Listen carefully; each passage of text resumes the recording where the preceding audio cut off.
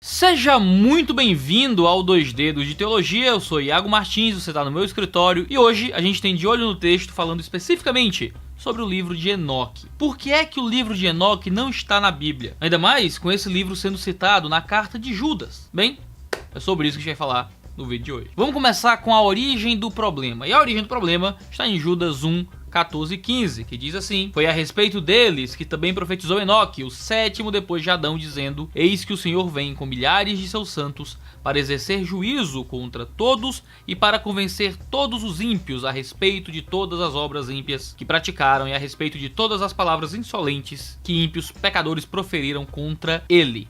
Esse trecho de Judas, versos 14 e 15, é uma citação do livro de Enoque, um livro que você não encontra no Antigo Testamento, e que é um livro um tanto chamativo. As pessoas falam bastante sobre o livro de Enoque e acham que é um livro que revela coisas misteriosas sobre o mundo, sobre a criação, sobre a própria Bíblia, sobre Deus, e que a ausência desse livro na Bíblia deve representar algum tipo de complô da Igreja Católica ou o que quer que seja. Então, pra gente explicar o que é o livro de Enoque, por que é que ele não tá na Bíblia e como é que a gente interpreta essa obra, vamos do começo. Vamos começar explicando quem é Enoque. A designação que é dada aqui por Judas é que Enoque é o sétimo desde Adão, um termo que vem justamente do próprio livro de 1 Enoque, já que existem outros livros de Enoque em continuidade. O próprio livro apócrifo dos Jubileus diz a mesma coisa. E a história de Enoque existe na Bíblia. É encontrada basicamente em Gênesis 5 e registra pouquíssimas coisas sobre esse homem. Enoque era filho de Jared, ele era pai de Matusalém, ele era notável como um homem justo, é dito em Gênesis que ele andou com Deus, a mesma linguagem que é usada para Noé, mas que então, em determinado momento, ele já não existia porque Deus o tomou para si. Mais tarde, no Novo Testamento, o livro de Hebreus, no capítulo 11, onde fala dos heróis da fé, dá foco pro fato de que pela sua fé, Enoque foi aceito por Deus, então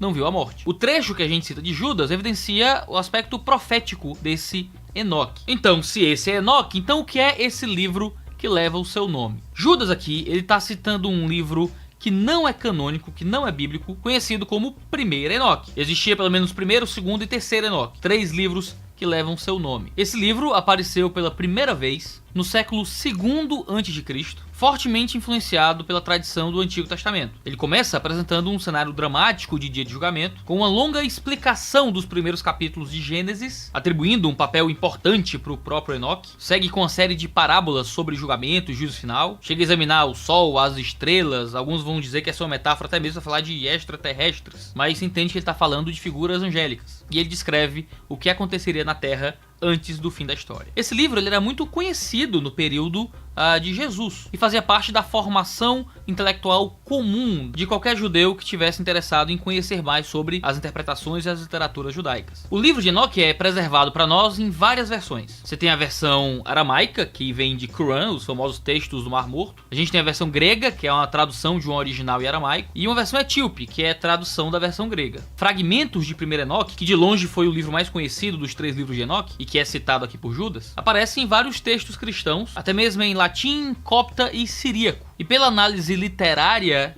do documento de Enoque, a gente entende que ele foi escrito muito provavelmente no final do período persa, ainda no começo do período helenístico. Isso porque existem muitos traços da influência grega sobre o aramaico do texto. No entanto, as tradições que provêm dessa obra possivelmente podem ser anteriores à escrita dessa obra, o que nos dá pelo menos 2 certezas. A primeira certeza é que Enoque não foi o autor do livro de Enoque, pelo menos não o Enoque do Antigo Testamento. Era muito comum que pessoas escrevessem em nome de outros autores, compondo obras ficcionais, obras proféticas, obras didáticas. Por isso, essa obra é considerada um pseudoepígrafo, um texto falsamente atribuído a Enoque do Antigo Testamento. Mas, em segundo lugar, não é improvável que o escrito desse livro use materiais mais antigos e que faça compilações de profecias, ensinos, interpretações que, por que não, poderiam se remontar até o próprio Enoque. Enoque é um livro de fantasia. Fala de gigantes na Terra que queriam mastigar os homens. E gente meio maluca pega esse livro e o interpreta como um texto histórico real. Começa a acreditar que gigantes existiram de verdade. A gente tem um vídeo aqui no canal mostrando que os Néfilins do Antigo Testamento não eram gigantes. É só você ir no vídeo que vai estar aqui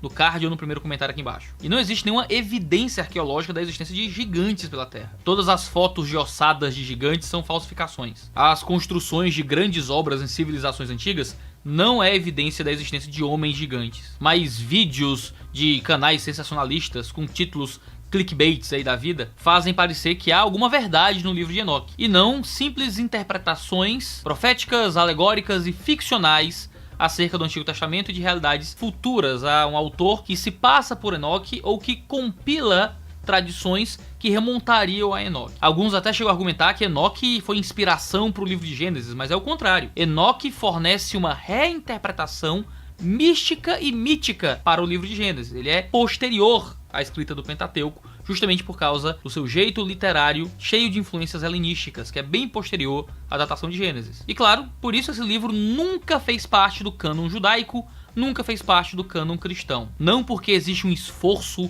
moderno da Igreja Católica na Idade Média de esconder o livro que revela os segredos.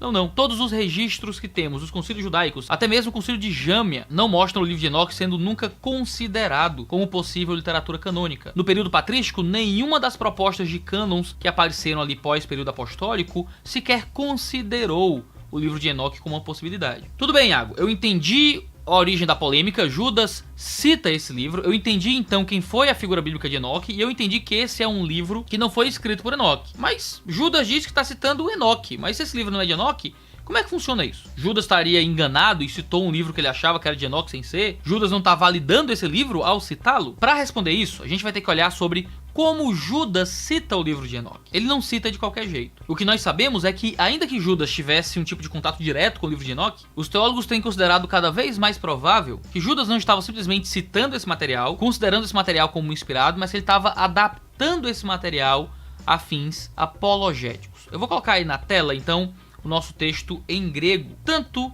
de 1 Enoque 1:9, que é o que Judas cita, quanto o próprio texto de Judas. Se você reparar aí no grego, você pode não saber ler grego, mas você pelo menos consegue ver aí o desenho das palavras e perceber algumas marcações que a gente está colocando. O texto grego de 1 Enoque e o texto de Judas não são completamente correspondentes. Eu roubei esse gráfico do Gany Green, comentário dele de Judas, tá? No comentário exegético do Baker, do Novo Testamento. Dá uma reparada aí na tela. Você tem, primeiro, palavras e ideias completamente não correspondentes. É o que está marcado aí com uma cor diferente. Judas não está fazendo correspondência nem de palavra, nem de ideia no uso dessas palavras. Você tem aí sublinhado o uso da mesma palavra, mas em uma forma diferente. Você tem aí em itálico a mesma ideia, ou a ideia de forma um tanto parecida, mas usando palavras diferentes. O que está em fonte normal aí é a mesma palavra, na mesma forma, dando a mesma ideia. E o que está aí entre colchetes é uma tentativa de reconstrução de texto que se perdeu no original aí de Judas. O que é que isso indica pra gente, ainda que você não saiba ler grego? É que há indicações claras de que Judas faz modificações consistentes da sua fonte. Por exemplo, apenas na versão de Judas nós lemos que Kyrios,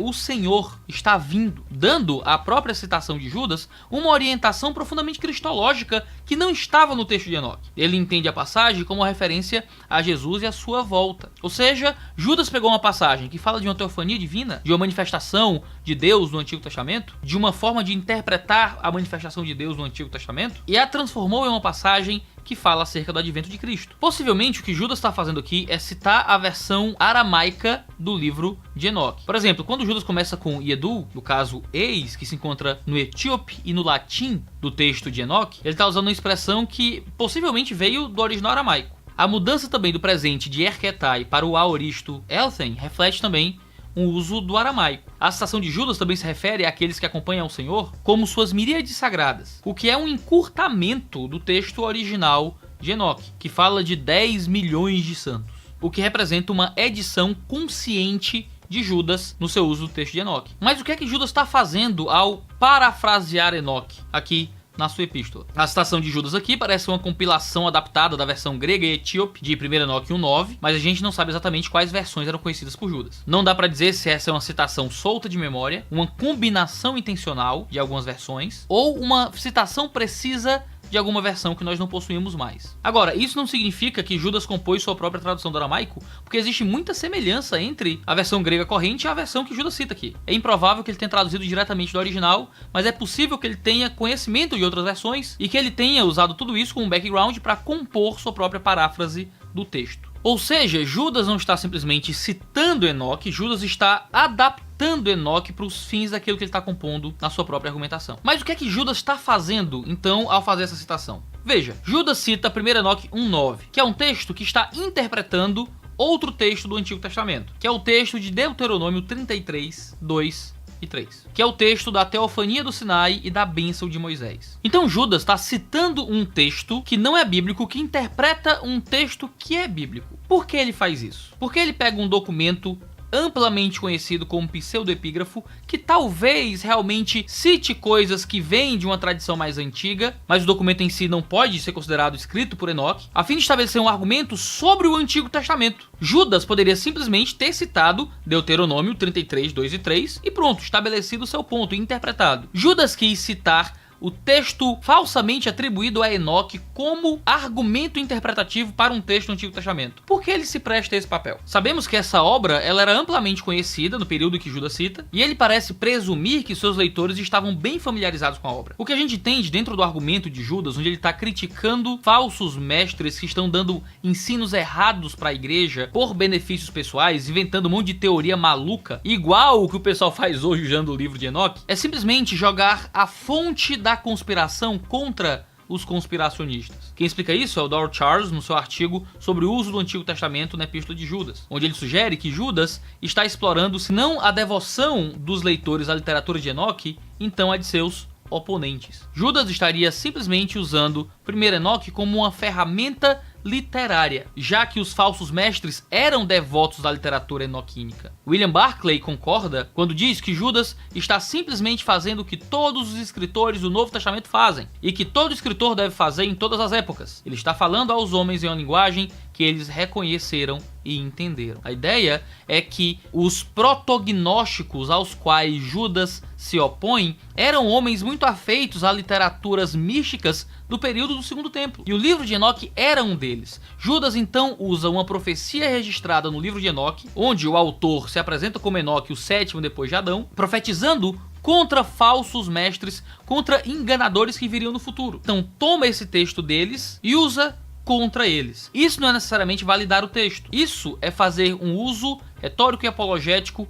pressuposicional até, onde o autor toma da ideia do adversário contra o adversário. É como se ele estivesse dizendo: vocês querem se opor ao evangelho, se opor a Jesus Cristo, ensinar falsas verdades usando o livro de Enoque? Deixa eu te mostrar aqui o que é que o livro de Enoque diz sobre vocês. E então traz a profecia de Enoque, o sétimo depois de Adão, que é o modo como o autor desse texto se apresenta. Isso não significa que Judas está validando aquele texto. Ele estaria validando apenas aquele trecho específico que condena aqueles que querem assumir o livro como se fosse canônico. E veja que isso ataca diretamente a galera que é muito afeita ao livro de Enoque hoje, que quer usar o livro de Enoque como se fosse uma revelação extra bíblica que deveria estar no cânon, ou o que é que seja, um livro muito especial da parte de Deus. Não, não é. É um livro profundamente místico que reinterpreta o Antigo Testamento de uma forma que nós não aceitamos como cristãos, que fala das mais variadas inverdades históricas, que dá interpretações espiritualizadas para o Antigo Testamento e que Judas usa contra aqueles que parecem ser afeitos a esse tipo de literatura. Mas aí você me diz: Iago, mas se esse livro está sendo citado na Bíblia, ele tinha que ser bíblico, não importa se ele está citado, ele é bíblico. Mas isso também não é verdade. Por exemplo, o teólogo Michael Green vai comentar, no seu comentário de Judas, que mesmo que Judas soubesse que aquilo era um mito, ele poderia prontamente usá-lo como argumento ilustrativo, visto que era um livro tão familiar para os seus leitores. Paulo não se importa em usar um poeta pagão dessa forma. E aqui ele está fazendo alusão ao fato de que Paulo cita várias vezes o Midrash rabínico, em 1 Coríntios 10:4, que o autor de Hebreus cita obras de Filo, que em 2 Timóteo 3:8, Janes e Jambres foram mágicos que desafiaram Moisés. Isso é baseado em literatura extra-canônica. A gente tem vídeo sobre isso aqui no canal. Gálatas 3, Hebreus 2, Atos 7, Tiago 5, Hebreus 11 e várias outras passagens aludem a material apócrifo. Epimênides e Arato são citados em Atos 17:28. Menandro é citado em 1 Coríntios 15:33. Epimênides é citado em Titus 1:12. O uso ilustrativo de autores não canônicos não transforma esses autores em autores canônicos. No máximo, transforma aquele trecho específico em um trecho canônico, porque ele está dentro de um documento canônico. Aquele trecho é validado por ter sido registrado no Novo Testamento, não o autor ou a obra completa que foi usada como ilustração ou como material informativo. Veja que Judas evita todos os aspectos fantasiosos do livro de Enoque e se concentra num tema canônico, usando sim uma literatura apócrifa pseudoepígrafa unicamente para enfatizar o seu ponto e se opor aos inimigos da fé. Em outro artigo, Doral Charles ele vai argumentar que as alusões que Judas faz a material extracanônico se dá de forma apropriada na medida em que amplifica noções particulares do Antigo Testamento, que o escritor incorpora na sua estratégia apologética, de forma que o autor usa uma fonte literária que é amplamente conhecida pelo seu público e que tem sido usada para basear heresias por aqueles que são seus inimigos. E isso de forma alguma valida todo o livro de Enoque como uma literatura cristã que deve ser aceita por nós. Você pode ler o livro? Pode. Você deve considerá-lo um livro inspirado ou importante de ser conhecido hoje? Não. Você deve considerá-lo um livro que foi importante no período do Novo Testamento e que estava sendo importante para os inimigos de Deus e que por isso saca um trecho que condenaria aqueles homens que usavam o livro para basear heresias contra aqueles próprios homens, o que torna essa passagem certamente verdadeira. 1 Enoque 1:9 é inspirado? Não, mas Judas 14:15 é inspirado. Logo, o trechinho adaptado, interpretado e registrado ali em Judas é inspirado, não todo o livro. Sei que esse é um tipo de assunto muito polêmico para pessoas que são de fora do cristianismo, mas que são afeitas a espiritualismos variados. Então eu quero convidá-lo a conhecer outros vídeos aqui no canal sobre formação do cânon, tanto o vídeo Lutero tirou livros da Bíblia, onde eu explico como se forma o cânon do Antigo Testamento, como a gente percebe por que alguns livros não estão lá, e o nosso vídeo sobre sola escritura, onde a gente explica o nosso trato acerca do Novo Testamento, do Antigo Testamento como palavra de Deus. Se você é de fora do cristianismo, tá aqui porque é um aficionado por Enoque, lhe convido a ver esses dois vídeos. Tenho certeza que vai lhe apresentar um pouco mais sobre o que é que a gente pensa a respeito dessas coisas. A gente tem vídeo toda terça e quinta-feira aqui no 2 Dedos de Teologia, sempre 10 horas da manhã. Então assina as notificações para você ficar sabendo sempre que tiver vídeo novo. Um cheiro no seu cangote, valeu negada, e até a próxima.